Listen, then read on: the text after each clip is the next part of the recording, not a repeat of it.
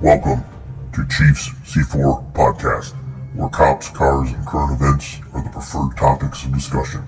Kyle McPhee, aka The Chief, is a retired 31-year veteran detective of the Michigan State Police, an avid hot rod builder, an automotive connoisseur, a Native American, and the proud father of two sons, both members of the U.S. Army Michigan National Guard.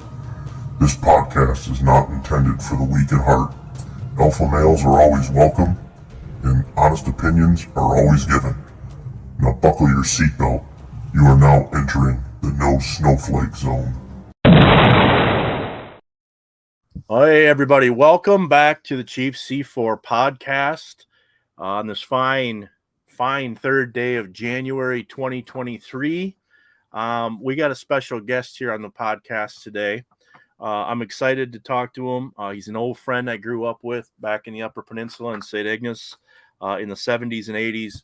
We shared the same circle of friends for the most part. We played on the same varsity football team. And after high school, we kind of went our separate ways. And recently we were able to kind of reconnect back online. And this is our first face-to-face since we've been talking, several months now. My guest also hosts his own podcast, and it's called the Bamboo Lab Podcast, that can be heard around the world on all the podcast platforms. He's a big deal. He has a Bamboo Lab YouTube. You can listen to it on the YouTube channel as well if you're that kind of listener. And I had the distinct honor of being on his podcast on, August 22nd of last year of 2022. We had an awesome conversation, and he even got me to speak about, for the first time publicly, a lot of things about my former career with the Michigan State Police that I had not talked about. So we had a real good conversation, and I believe that was episode 40 of the Bamboo Lab podcast. So if you want to hear a good discussion there. He's also been referred to as the wordsmithing barn cat, I understand, and we'll get into that. So with no further delay, I'm going to steal a line from the great Joe Rogan here. I want everybody to please welcome into the C4 podcast studio the great and powerful Mr. Brian Bosley. How you doing, my friend? I'm doing well. Thank you for that, Kyle. That was a pretty nice introduction. I hope I'm worthy of it. Oh, okay. Man, it's good. It's good catching up with you. Oh man, it's good to see your face. We talk on the phone quite a bit and text quite a bit on the phone. So yeah, good to see you again. Well, let me tell the listeners, all five of them, a little bit about you here. And I mentioned earlier you had your own podcast. Brian's the creator of the innovative philosophy Bamboo Progress, a straightforward, logical method of success coaching based on the philosophy that excellence in this world starts with first choosing to think, feel, and behave like a world-class performer. As the owner of the Bamboo Lab, located in Gladstone, Michigan now, Brian's an in-demand peak performance coach, writer, and speaker with more than 25 years of experience. His coaching expertise ranges from the development of leadership in multi-million-dollar companies to helping individual professionals expand and grow. Brian specializes in the professional services industry, and through his private coaching sessions and group training, he teaches his revolutionary Bamboo Progress system. He is a popular speaker and trainer on the topics of leadership development, goal achievement, culture enhancement, client service, and change acceptance. To describe his style, Brian coaches in a very straightforward fashion, and he digs extremely deep with each of his clients. Do not be surprised, his clients are not surprised, if they get a text at 5 a.m. on a Sunday asking how they're progressing towards their goals and commitments. Brian loves to read, spend time outdoors, follow the University of Michigan football, which we'll talk about as well. He is a Michigan native, the proud father of two, bonus dad to four, and Grandpa B to grandson Jack, correct? Jack? Oh, that's right. Yes. And then again, his specialties are speaking, podcasting, writing, performance coaching, and leadership development. Well, my friend, they've heard my version of who you are. Now I want you to tell everybody. I'm turning the tables on you here. All right, man. I want you to tell everybody who's Brian Bosley. Well, Tell us first about of all, yourself. I got to tell you, I'm excited to do this podcast, but I've been a little nervous because of what your line of profession has been for the past few decades. Man, I'm getting interrogated now. Yeah, that sums it up a lot, Kyle. We just hit our 26th anniversary in business last November 20th. So we're in that second part of our journey now. I would like to go another 10 to 15, maybe 25 more years doing what I do. Wow. I love what I do. And you enjoy your job, huh? I love it, man. Yeah. I do. And, I was gone for 10 days for Christmas and the holidays. And I tell people I can't wait to get back from this week it was Tuesday morning. Today was my first day back. But usually Monday mornings after a weekend, I'm ready to get back at it. It hasn't always been that way at all. There were days I did not want to work, and weeks I just hated my profession because it was wearing me down. But the last few years, I'm just found my groove again for some reason. Maybe it's a second wind. I don't know. Yeah, good. But I love it. I do. And it's funny when you said that, don't be expected. Clients aren't surprised when I text them at 5 a.m, and it does happen. Sometimes it's 9 o'clock on a Friday night, and I'll make sure, how are you doing? Make sure you be good this weekend. You got a big week coming up next weekend. And most of them appreciate that. I'm sure to bother some of them, but good. You I'm imagining, I just imagine here, COVID really changed your business, or maybe helped it because you could probably do more virtual stuff. It helped it a lot because really what happened is two things. Number one, people didn't know how they could lead from when people were so just, dispersed. Sure. How do you lead a company now, or an organization, or a team, or an office when people are all over the place? And then for those people, how do I still do my job when I don't see my boss or my coworkers all day long? So COVID was, I hate to say this because COVID had a really, dramatic impact on a lot of people negatively, but for the Bamboo Lab, it was a next level step for us. Oh, it really was for me. Good deal. Yeah. Good deal. So we grew up together on St. Ignace in the Upper Peninsula in the 70s and 80s, probably the greatest time to be a kid back. It was an awesome place. I always tell folks when growing up where we did and when we did, it was so unique for many reasons. Obviously no internet, no cell phones, that kind of thing. What's your take on how and where we grew up? I think it was you always say it was a more innocent time, and maybe it was. I don't know. I know as we get older, our brains tend to remember the good things and forget the bad things. That's how we preserve, I think. But it just seemed like it was, Kyle, because I would get up in the morning, and you would too. Go outside and play. You get called in for lunch and dinner. That's it. And then you're begging your mom and dad to, can I have a sleepover? Can we tent in the backyard? Can we go over here? Can I sleep? I didn't. My son thankfully grew up in a small community outside of Grand Rapids where he could get up in the morning and do that because it was a safe community. But most kids today don't do that, and we weren't distracted by all the stimulation of social media, video games. We had an arcade in St. Ignace when we were in high school, and you had to get a bunch of quarters and drive to it to get there. You weren't just pulling up your phone or your laptop or your PS5 and playing video games. The connections were better back then. Brian, do you think the way we grew up, where everything was so hands-on and face-to-face, that it made a huge difference in our communication skills compared to what the kids are challenged with now? Without a doubt. Yeah. Without a doubt. I think today they're much more savvy, obviously, with the technology, how to connect with people who may be a state away or a country away, but they're not as good at connecting locally. Yeah. And I think that's where your core group of friends are. Yeah.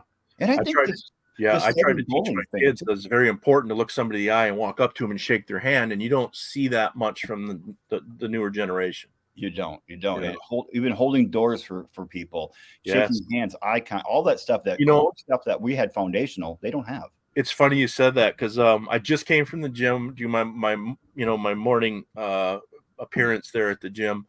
And when I go in and out of the gym, it's a large Planet Fitness type of venue, and it's very busy. A lot of people in there. I usually hold the door behind, because people coming behind me all the time, and I just hold the door for people. And I held the door for a lady that was probably 50 feet away from the door, and she absolutely looked shocked that I waited for her and held the door. They just don't expect people to do that or something. I don't know. You're right. They don't. I've seen it, especially at like a Walmart or somewhere where people are hurrying to get in and out. They just fly in, and you look back and you're like, dude, there was a lady coming up, an older lady coming, 12 feet behind you. Hold the damn door. Right. So I think that locally our communication, our connections are hampered. Maybe more globally they're better. I don't know. Yeah, we were. It was a special time. What I always tell people about the jobs I had as a young kid and how early that we entered the workforce back then, because summertime you had to make your money, right? So if you wanted to do something, you had to work, right? So, right. Like some of my jobs that I hated and I loved. My folks owned the flower shop and greenhouse, obviously, and so I did work there, and I was a delivery boy. And I didn't mind doing that. I got occasional tip in that, and I got to know the town really well, and again, know the people because you're going from door. Well, some of the jobs I didn't like. My dad got me a job on Mackinac Island at the bike shop, one of the bike shops over there. So I had to ride the boat every day, and we made peanuts back then. I don't even know, it was like $3 an hour or whatever it was. Minimum wage, yeah. That was, I didn't really like that job. And then where I kind of really thrived was I got a job when I was probably, I must have been 13, 14, at the Amoco station up on the highway next to the Boulevard Drive. Yeah. Carl and Steve Sobleski owned that. Yeah. And they hired me there to pump gas. It was full service gas station back then where you pump the gas, check the oil, and clean the windshields and all that. Is that where Subway is now? The new Subway kind of in that area? Across the street from the Subway. Oh, yeah. Okay. Next now to there's the a Big car Boy. wash. Yes. Okay. Yeah. Yep. And so I learned so much there because I don't know if you remember Paul Metelsky. He was the head mechanic there. And he used to have me come in, and I was really into cars and stuff. I grew up that way, and he'd bring me in the garage, and he showed me a lot of stuff that I never knew, and so I learned a lot there, and I had a lot of good interactions with people with that face-to-face communication. I kind of learned the ins and outs of running a business every day. They would, hey, I'm going to grab lunch. You got it by yourself at 14 years old kind of thing. And I think that, I kind of like that. That was interesting. And then probably the greatest job you could have in the summer that I had was I got hired by the DNR Waterways to be a harbor master at the marina downtown, right? Yep. My brother worked at the one for years in the island. I got the job probably sooner than you're supposed to. They signed me up. I worked there from age 15 to age 21. And I ended up running the place for the most part when I was 21 years old. But the great part about the job, Brian, you probably remember this. My parents had a boat. It was like a 24-foot Four Winds, and we kept it down there at the marina. And I would just stay in that. It had a cuddy cabin underneath, and I would just live in that. So I would go out party at night, chase the girls, do all that kind of stuff. And I would just come home to the boat, and I had weights on the deck. And so I would just get up, do my weights or work out kind of thing. And I was at work. I mean, that was the greatest thing you could do in the summertime. What were some of the things that you did? Like that TV show Riptide. Remember that? When you became a detective too. It was awesome, man. What did you do for a summer job? Well, my first job was I think I was 9 years old, and I did it for 2 summers, 9 and 10. I picked up papers at Clyde's Drive-In. It was so I'd go over there all summer. Well, they're open 6 months out of the year. That was kind of right in your backyard. No, right in my backyard. I just walked down that little alley, and I would get 50 cents a day or a free breakfast in the summertime. And I never took the free breakfast because I had free breakfast at home. And I would just go around picking up papers, put it in a box from the drive-in, and put it in the trash, and I'd go home. It took me like 25 minutes. Nice. Yeah, I bought a little black and white TV. And I remember the year because when I got that black and white TV, I watched it. I watched the 1980 U.S. Olympic team beat Russia on that black and white TV. Did you really? Yeah. Yeah. I wish I still had that TV, but my mom paid half and I paid half. I remember that was my first one of these little 5-6 inch screens. It was like maybe about 8 inch. Yeah. Well, it wasn't very big, but that's what I watched the game on. That's tremendous. Then I worked at Al's Pancake House for 2 summers washing dishes with some Doc Holly, Tom, I forget his last name. He graduated with us. Tom Bates? Tom Bates, yeah. Yeah, he lived down the street from me. That's right, he did. Yeah. And I forget who the other one was. And then from there, I worked for Senior's Auto my senior year. Did you? Yep, during the school year, in the summer too. Okay. And then went to college, and my best job ever was a ditch digger on Mackinac Island between my freshman year of college and my sophomore year of college. Ditch digger. So Steve Becker got me the job. It was Steve Becker, Brolia, and McFarland on one team, and he got me. Yep, Richard McFarland. Oh my gosh! Yeah, they were on one squad. It was me and John Olson on the other squad.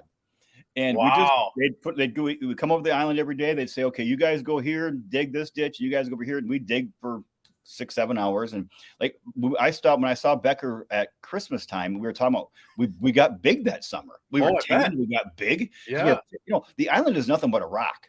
right. So when you're trying to dig a ditch, it's where the backhoes couldn't go because they were putting all the telephone lines and the power lines underground to make it the equipment couldn't get there. They couldn't get in those small spots. Wow. And the cool thing is, Kyle, we found, I mean, I have a box in my mom's attic of old relics, coins, musket balls. I mean, I really wanted to get an arrowhead.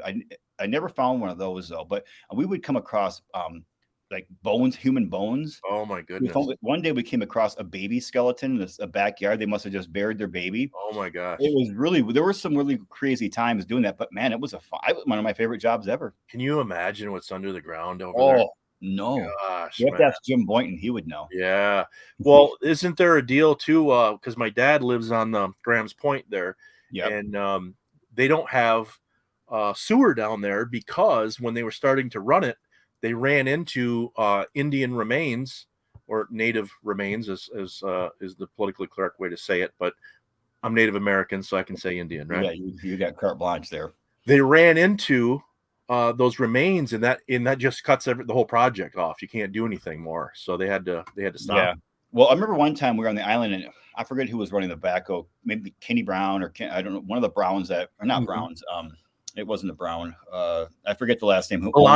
Belange. Yeah. He was doing the, digging with the scoop, and then we would kind of pull stuff away. Joel Olson, all of a sudden, this stuff started coming out. Oh, God. And so they stopped everything there, and they have to get the Historical Society in there. So we were shut down for, I don't remember how long. I don't think we went back to that site. I think they figured it out, and then we went to the next site over. Sure. Yeah. Yeah. That was. I didn't know you were a ditch digger over there. Ditch digger, man. That's physical. It's one of my. I even have that on my LinkedIn profile. I have all my credentials, and I put in favorite job or something. Ditch digger. You can't get any more blue collars than that, man. No. The cool thing about that is that it was that summer that I found out I was going to be a father at 19. Oh, was it? On the island. Oh my goodness. I went over to I went to have lunch with my daughter's mother, and obviously she wasn't, but she said I'm pregnant, and I got on the boat and we talked. I'm like, okay, we'll figure it out. Got in the boat, and Steve Becker was the first person I told. I didn't even tell my family yet. I told him on the way home. No kidding. We were talking about this, and he goes, "Well, you're F now." Like, great advice, buddy. I can kind of hear him saying that. Oh yeah. So that was life changing, huh? Oh yeah. At 19 years old. Yeah. Yeah, I bet. It was. Life changing. Yeah. Well, your child has been, from what I can see on your social media, extremely successful, and you raised a great young lady there, Brian. Thank you, Kyle. Yeah, she's the one she and her husband are married. They live in Marquette, Michigan, only 50 miles away, and they are the ones who brought in my little grandson, Jack, who I call Little Pal. Yeah. And we have a ton of fun. Your daughter's mother is a great woman too. She is an amazing mother. She really is. Her and I, we dated in high school when we were young, and she would never, she was kind of person that was like, just never seemed like there's nothing really bad. You can never say a bad word about her, No. She never gets upset. No. I mean, she might a little bit. I don't know. Yeah. And I never heard her talk bad about people. That whole family, they had a great personality. They always were really good to me too. I really appreciated that the parents were, so they were really good to me.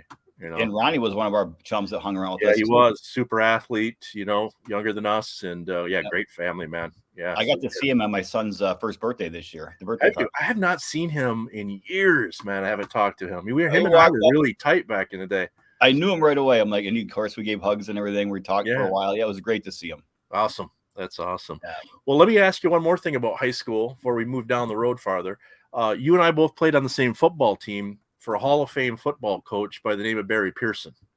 And 30 some years later, when you think back about what we endured playing under him, now that guy brought us this, we got to play in a state championship game in the Silver Dome under him. We lost a tough one as seniors in the snow, but just being under his tutelage for a few years, what did you take from his style of coaching that came into later life, or anything? Did it? I think it did a lot. I think it was that just no holds barred. Like you were gonna work your ass off in the hot summer sweat and in the cold fall in the UP. You were gonna work it. I remember catching balls till dark. Whoever missed the first ball, if you dropped it, if we don't go through the rotation, we start over again. It would be dark out. Couldn't remember what he used to say, Brian? He used to say it would be getting dark, and he would be punting left-footed, and the punters, the guys had to catch the balls, and he said, we'll be out here till the cows come home. And there, yeah, I remember that. Remember, and then he would make us go to the gravel pit nearby, and we had to climb those gravel hills. Yep. Oh, brutal, man. Brutal. But I got the opportunity to coach some football, and I started coaching the little kids. My son at 3rd grade played 10 years of tackle football, and I got to walk off the field with him when he was a senior as an assistant coach. And we instilled a lot of stuff that we learned from that coach, from Barry back in the day, into our program, and kids looked at you like, you're out of your mind, man. But to this day, I still have some of those kids. They call me coach. They're like, man, the practices were so hard, but they would. I still feel like I would run through a cement wall for that guy. Oh, I do too. I have goosebumps right now when you're talking about that right now. Yeah. I called Barry 3 years ago, because I think I shared this with you. So he played in the 1969 game against Ohio State. Yes, he did. He was a star of the game. Yes, he was. They called him the best player on the team that day.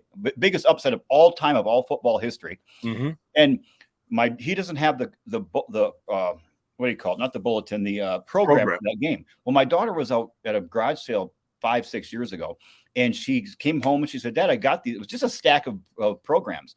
And that one was in there, the 1969 official program in mint condition.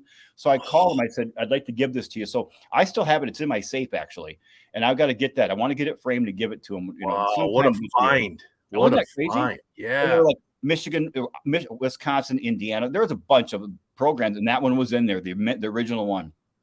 I see him occasionally. Every summer we have the golf outing up there for the football program, and I always take my drone. I have a drone company, and I take it up there and I donate the drone footage and stuff to the golf outing and interact. And Coach always is at the game at the golf outing, still coaching people on everything. Let me tell you, like probably 10 years now.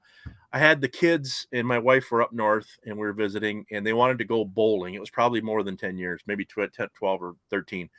Then the local bowling alley is just down Ferry Lane from where my dad lives. And so we took the kids over to the bowling alley, and Coach Pearson was in there. He was a big bowler back in the day.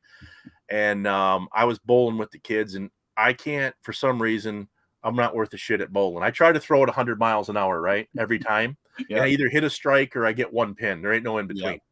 And he was watching me from back in the dining area, and he waved me over, and he's like, Jesus Christ, what are you doing? And I said, I can't do this shit. I was bitching about it, and he coached me right there. He's like, first of all, quit throwing the ball so hard, and he said, start doing this and get on this arrow. Coach me up just like it was on the practice field again, man. I mean, it's just it's unbelievable. I love that about him. I remember my last meeting with him, our senior year, after we lost in Gladstone to Iron Mountain, wasn't it? Yeah. And then we had to go into his office, which is right there off the gym. Yeah. And he talked to all of us seniors. And I remember something he said to me changed my whole viewpoint on sports and how I went to college.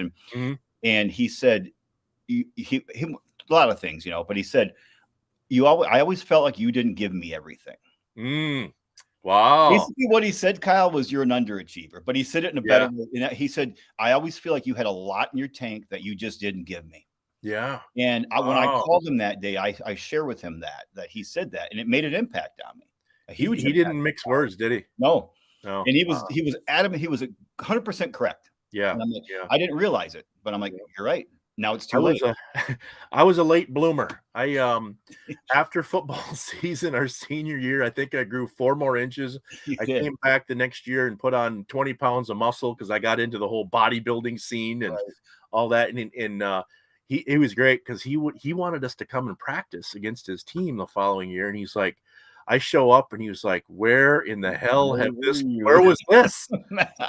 So we had fun. I graduated at 165. God, I wasn't much more than that, Brian. I mean, I think in the program, I think I was 155 or something. I got real lanky for a short period of time there, but I was just a late bloomer. That's nothing we can do about that. So, but I was too.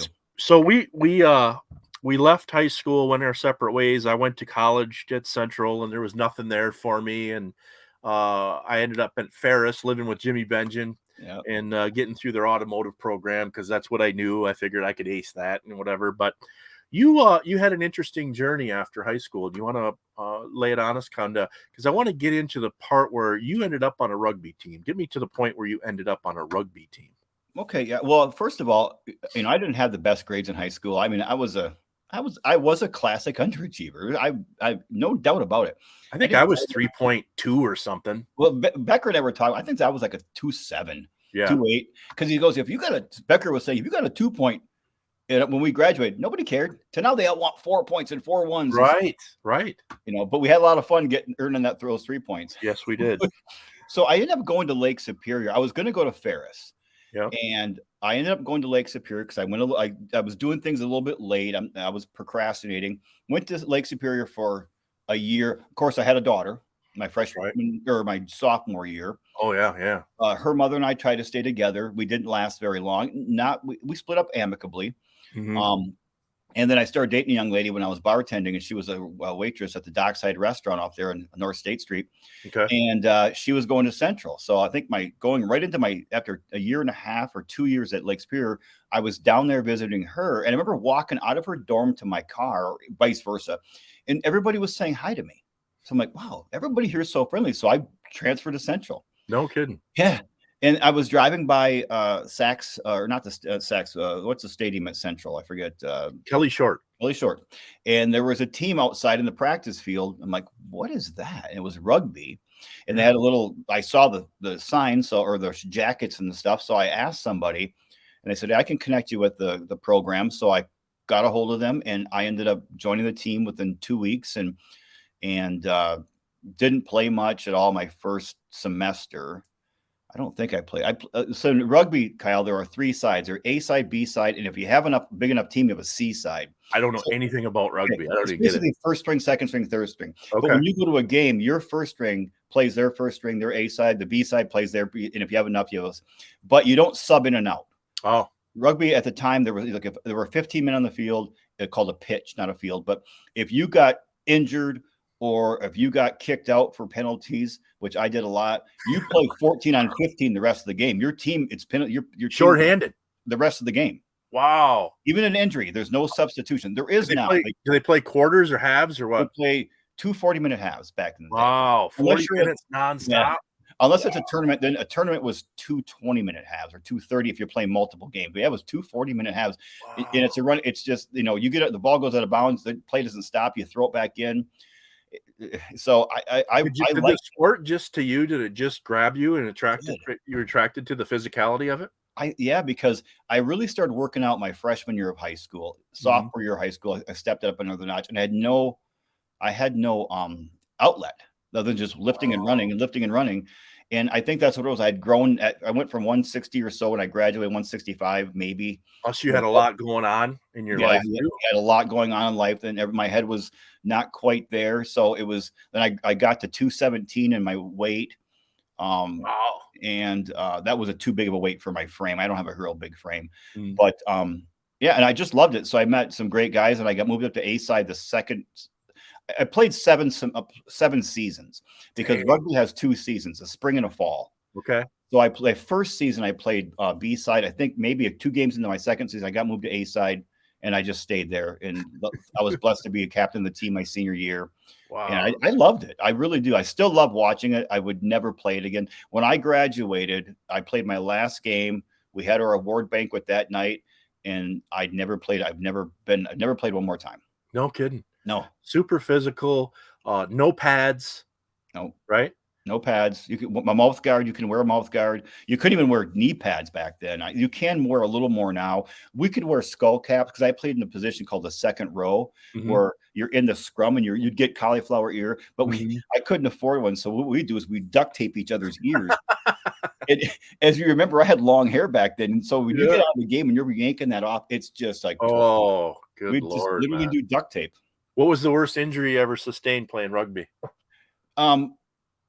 We were playing. It was a Thursday. I remember this really well. I think it was the year my sister got married. I know that. I don't know. I was not maybe the first semester of my senior year, or maybe my junior. We were playing Notre Dame on Saturday. I remember Oh, that because I good remember game. I was excited to play Notre Dame, and I was running the ball, and I didn't run the ball much. So I was my position was more of a linebacker position, if you equate it to football. And I was running the ball. Stopper. Yeah, yeah. And because I like to get in the rucks and the scrums. Yeah. And I was running the ball, and my ankle rolled, and it literally, I was on the ground pulling up grass with my hands, just in mortal pain. And I thought I broke my ankle, and it was just. But they taped me up. I didn't play against Notre Dame. I didn't get to play. They put another B-side in, and he played really well. So I thought, oh, I lost my position. But I got to go back. I think they taped it up for the next weekend. I was able to play a little bit hobbled for a while, but that was the worst pain I experienced at that. But it didn't last long. But I've been on the pitch when guys get their necks broken or their back broken. That happened, I think, in Flint at a tournament one time. You could hear a pop one time, and the guy just buckled. And then, of course, ambulance comes on the field, and off they go. That's crazy. Well, the thing is, because Kyle, it's more like judo, where football, you're going at the person, and you're trying to knock them this way. In rugby, you let their weight carry them forward. So it's more like judo, where you wrap up and just boom, you take them down. Okay, so there's not collision, the immovable force trying to stop the immovable object. No, it's not. So, and people are well aware that you don't have a helmet on. They don't want to get hurt either. Right.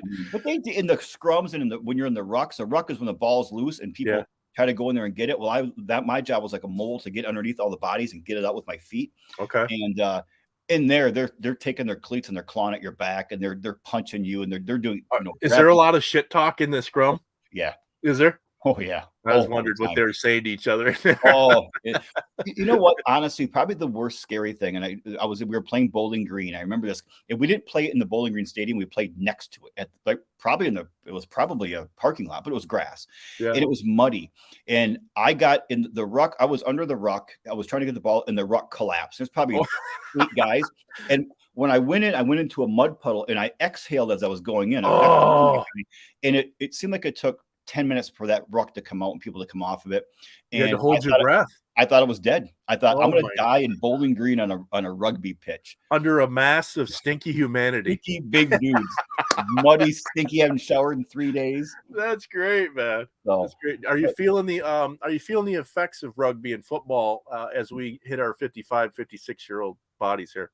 Without a doubt, Kyle. Yeah. I mean, I have my shoulders messed up. I have, I can work out for 3 or 4 months at a time, then something happens and I'm out for 2 weeks. And it's just kind of like, you experience it. And you've gone through with, you went on and did a couple of decades of law enforcement, which is harder on the body than anything I can imagine.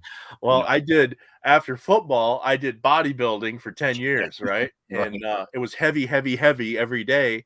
And at the time it was fine, but now it's when I go, I don't do the heavy stuff anymore. But I've had my neck fused, and I remember the surgeon that first looked at my neck. He clicked the X-ray up into the little light there to look at what he was dealing with, and he looked, and all he said was, another football player. I mean, he could tell by the extent of damage in the neck that I played football, and I said, yes, sir. And that was back when the helmets weren't so protective, if you will. Were they Riddell helmets? Was that the brand name? Liddell? Hold on here. Hey, I'm wondering why you still have your McPhee uniform. I still have mine too. Do you really? Yeah. That's our practice jerseys. Yeah. Yeah. I'm looking for some Giants. This gem. Yeah. This is what we were dealing with, right? Look at the inside of this thing. Holy. They're hard as rocks, man. Yep. I remember those. Now, do you have your name on? I've got some signatures on here. I'm not seeing Bosley. I might have to. That gives me a reason to come down. And what number were you? I was 74. 74 my senior year. Yeah. Okay. Yeah, I'm gonna have to get your. I'll get down there and do that. But yeah, that's what we were dealing with back in the day. Kyle, you were a big Giants fan back in high school. New York Giants. Yeah, weren't you for a while? There was a reason. A very close family friend that we kind of called ourselves cousins, the Blondins, who lived down on the Boulevard Drive there, had all the girls. They were very close friends with our family. We found some history, some back in the day, of the Blondins and the McPhees from Scotland that were related. And so we were always real tight with that family. And one of the oldest daughters married the place kicker for New York, Ali Haji Sheik.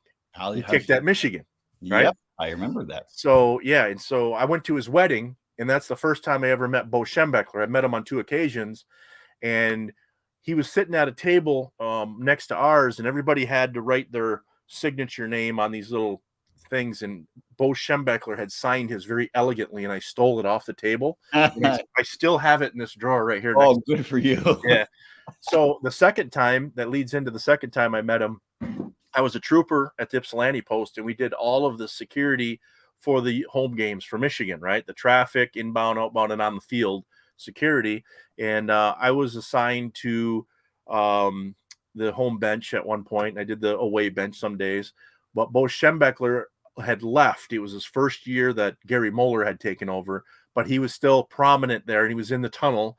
I went up to him and introduced myself and told him about the wedding, and he remembered that.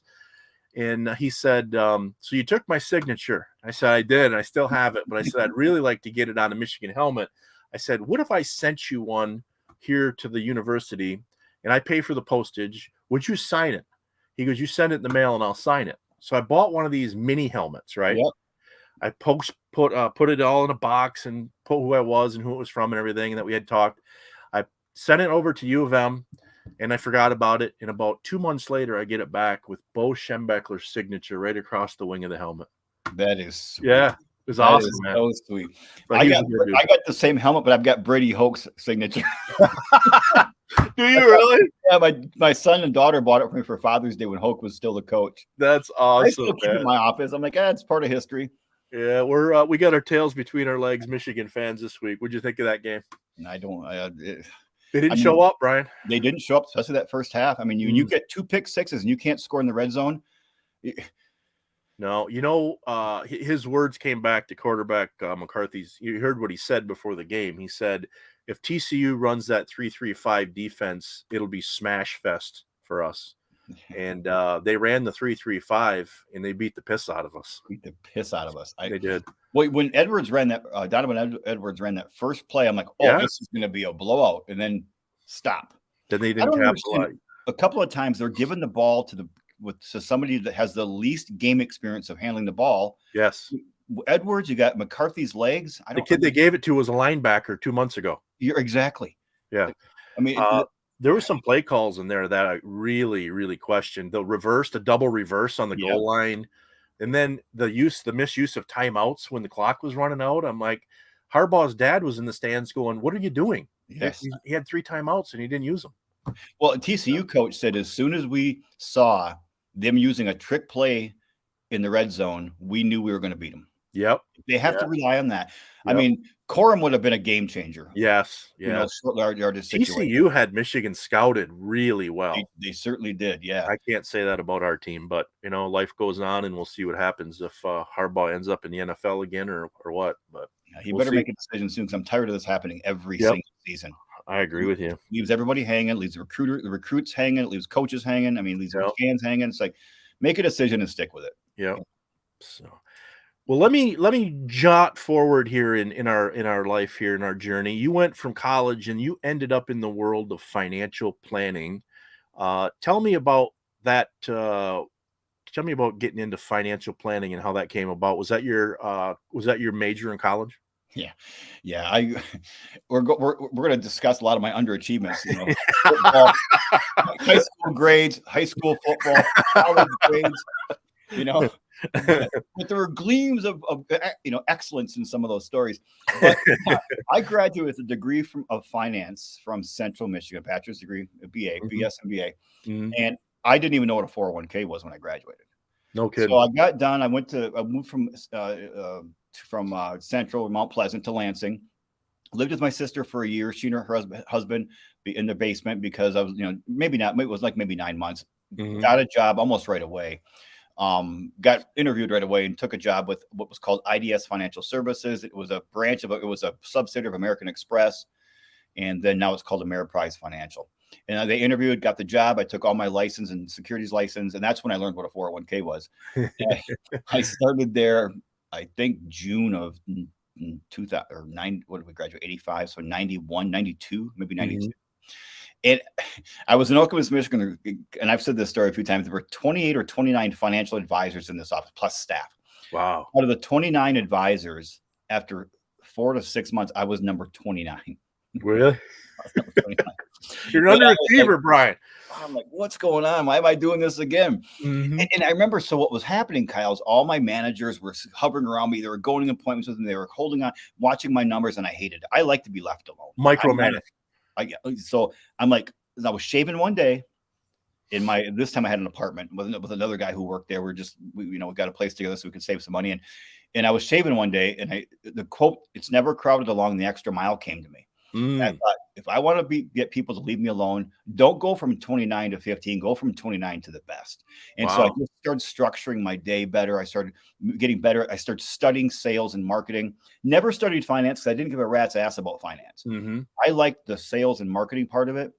And then about 9 months after I made that decision, they called me to go to Detroit and become a manager. Wow. And then from there, my career took off, thankfully, because I stumbled upon a marketing program called Market Pulse that really took over the entire American Express Financial Advisors company, because in that year American Express said, okay, IDS, you can now call yourselves American Express Financial Advisors, not IDS, a branch of American Express. Here's the rule. None of your advisors can cold call. That's how we made our money. So my vice president said, hey, if you want to take on this, I'll put you in the Livonia office. I'll give you 2 brand new advisors who start next week. Come up with something. And we did. We came up with this program called Market Pulse, and it took off, and it allowed me to travel. And so, but the thing is, I copywrote it. Did you really? Oh yeah, because I had two jobs with the company. I was independent as an advisor, and I was a employee as a manager. Wow. And so I did it on my time as an advisor. And they weren't paying me much as a manager anyway. So I left the company November 20th of 1996. Yeah. And you took that with you? Took it with me. Did they want it? Yeah.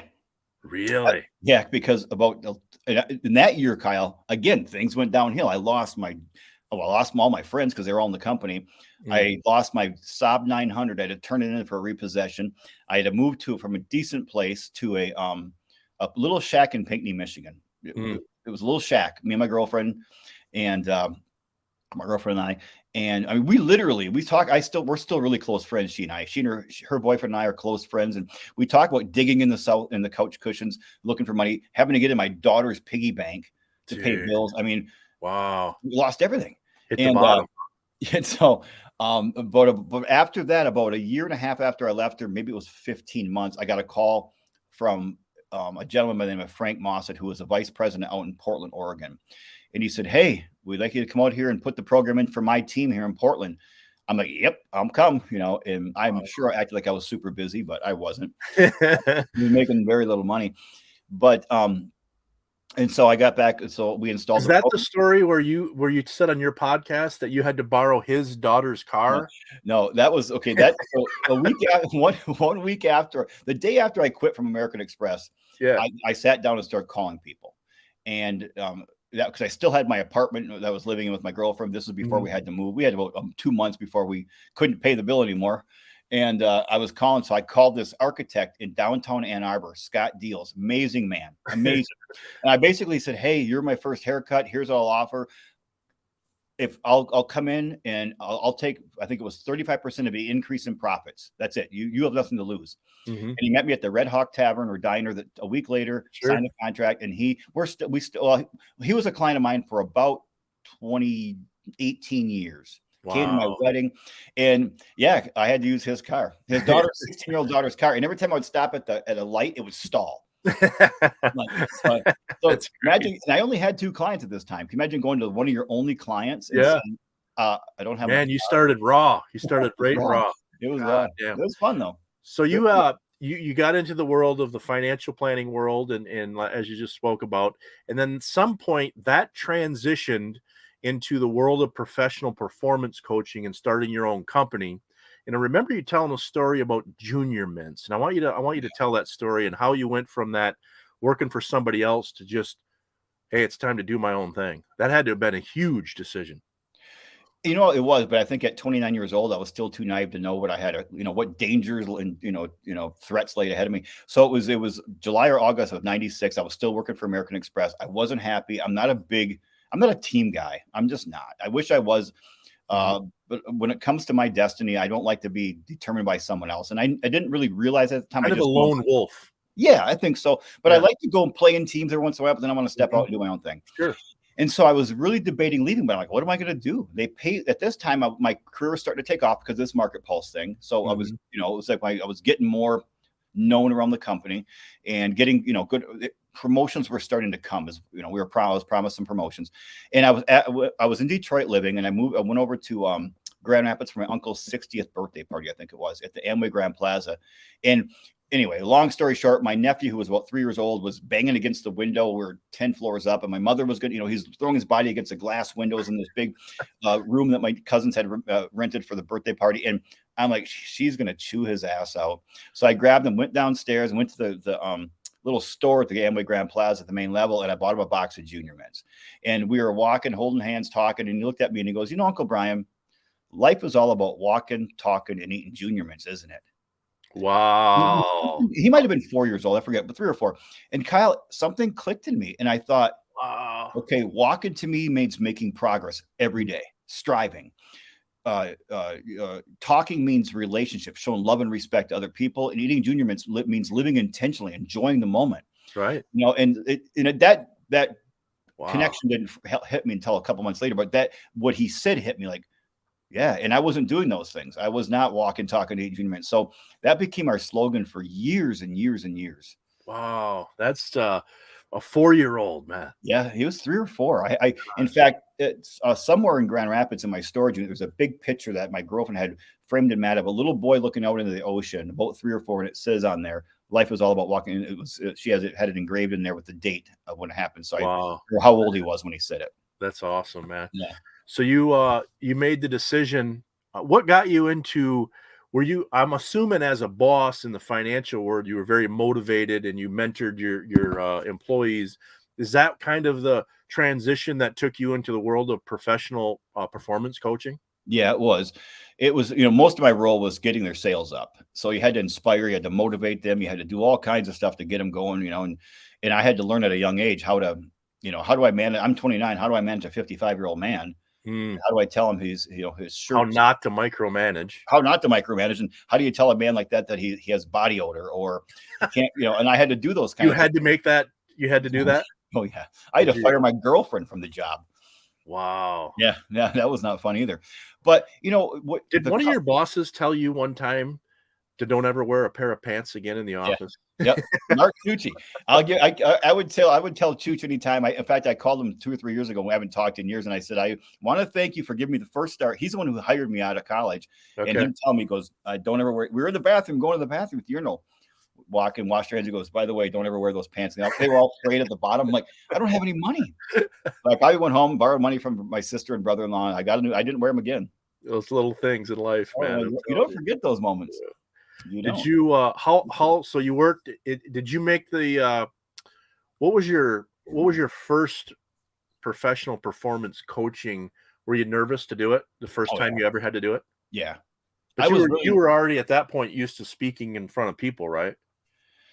Yeah, I was, but I was getting paid to speak by my company in travel, where now it's like if I don't perform on stage, then I'm not going to get another contract. And so, but I was overly cocky at the time, overly arrogant, overly confident.